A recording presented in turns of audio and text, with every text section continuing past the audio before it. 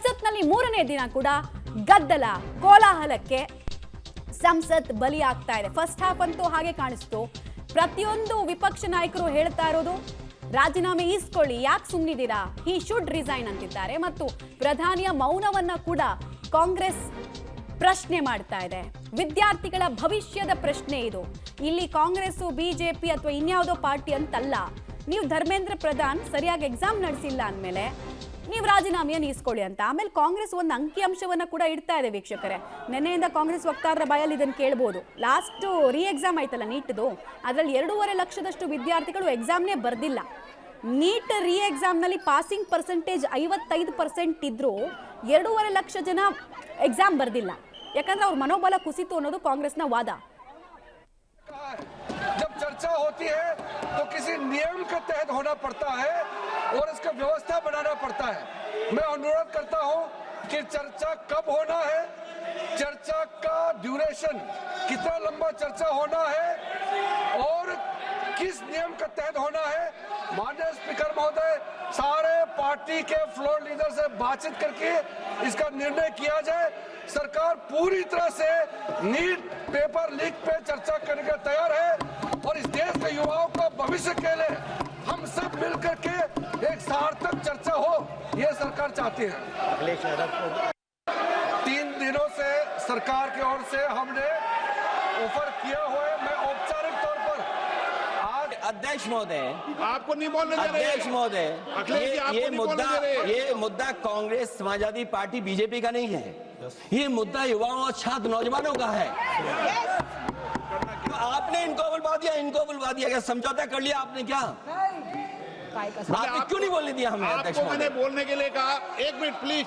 नहीं, आपने समझौता क्यों कर लिया फिर?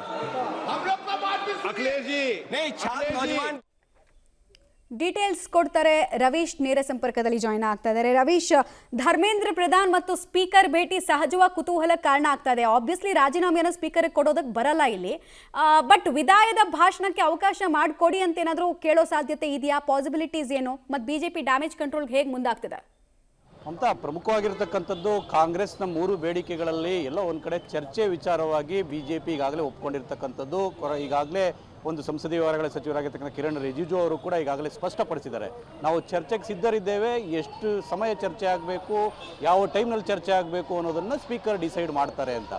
ಅದ್ರ ಜೊತೆಗೆ ಅಖಿಲೇಶ್ ಯಾದವ್ ಅವರು ಕೂಡ ಪ್ರಶ್ನೆ ಮಾಡಿದ್ದಾರೆ ಮೋದಿಯವರ ಮೌನದ ಬಗ್ಗೆ, ಮೋದಿಯವರು ಯಾಕೆ ಮೌನವಾಗಿದ್ದಾರೆ ಈ ವಿಚಾರದಲ್ಲಿ ಅಂತೇಳಿ.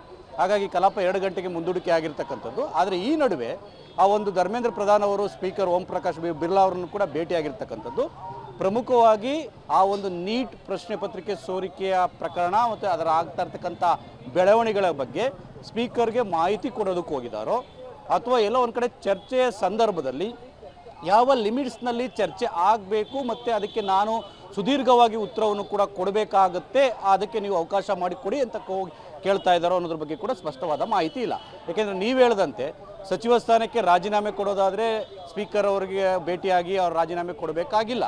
ಹಾಗಾಗಿ ಎಲ್ಲ ಒಂದು ಕಡೆ ಅದು ಪ್ರಧಾನಿ ನರೇಂದ್ರ ಮೋದಿ ಅವರು ಡಿಸೈಡ್ ಮಾಡಬೇಕಾಗತ್ತೆ. ಏನೇ ರಾಜೀನಾಮೆ ಇದ್ರೂ ಕೂಡ ಅವರು ಆ ಪ್ರಧಾನಿಯವರಿಗೆ ಒಂದು ರೀತಿಯಲ್ಲಿ ಸಲ್ಲಿಸಬೇಕಾಗತ್ತೆ. ಆದರೆ ಇಲ್ಲಿ ಚರ್ಚೆ ವಿಚಾರವಾಗಿ ಒಂದು ರೀತಿಯಲ್ಲಿ ಸ್ಪೀಕರ್ ಅವ್ರ ಹತ್ರ ಮಾತನಾಡೋಕೆ ಹೋಗಿದ್ದಾರೆ ಅನ್ನೋ ಮಾತುಗಳು ಕೂಡ ಕೇಳಿ ಬರ್ತಾ ಇರ್ತಕ್ಕಂಥದ್ದು. ಹಾಗಾಗಿ ಧರ್ಮೇಂದ್ರ ಪ್ರಧಾನ್ ಅವರ ಆ ಒಂದು ಸ್ಪೀಕರ್ ಅವರ ಭೇಟಿ ಏನಿದೆ ಇದಕ್ಕೆ ಎಲ್ಲೋ ಒಂದು ಕಡೆ ವಿದಾಯದ ಭಾಷಣಕ್ಕೆ ಅವಕಾಶ ಮಾಡಿಕೊಡಿ ಅಂತ ಕೇಳೋಕೆ ಹೋಗಿದ್ದಾರೋ ಅಥವಾ ಆ ನೀಟ್ ಬಗ್ಗೆ ಆಗಿರ್ತಕ್ಕಂಥ ಬೆಳವಣಿಗೆಗಳನ್ನು ಅವರು ವಿವರಣೆ ಮಾಡಿ ಅದನ್ನು ಕನ್ವಿನ್ಸ್ ಮಾಡಿ ಎಲ್ಲ ಒಂದು ಕಡೆ ಎಷ್ಟರ ಮಟ್ಟಿಗೆ ಚರ್ಚೆಗೆ ಯಾವ ಸಂದರ್ಭದಲ್ಲಿ ಎಷ್ಟು ಸಮಯ ಅವಕಾಶ ಕೊಡಬೇಕು ಅನ್ನೋದನ್ನು ಕನ್ವಿನ್ಸ್ ಮಾಡೋಕೆ ಹೋಗಿದ್ದಾರೋ ಅನ್ನೋದ್ರ ಬಗ್ಗೆ ಕೂಡ ಇನ್ನಷ್ಟೇ ಮಾಹಿತಿ ಹೊರಬೀಳಬೇಕಾಗಿದೆ. ಒಂದಂತೂ ಸತ್ಯ, ಈ ಒಂದು ವಿಪಕ್ಷಗಳ ಆಗ್ರಹಕ್ಕೆ ಅವರ ಪಟ್ಟಿಗೆ ಎಲ್ಲೋ ಒಂದು ಕಡೆ ಕೇಂದ್ರ ಸರ್ಕಾರ ಈಗ ಮಣಿದಿರ್ತಕ್ಕಂಥದ್ದು. ಅದಕ್ಕೆ ಅವಕಾಶವನ್ನು ಯಾವ ಸಂದರ್ಭದಲ್ಲಿ ಮಾಡಿಕೊಡ್ತಾರೆ ಕಾದು ನೋಡಬೇಕು ಮಮತಾ.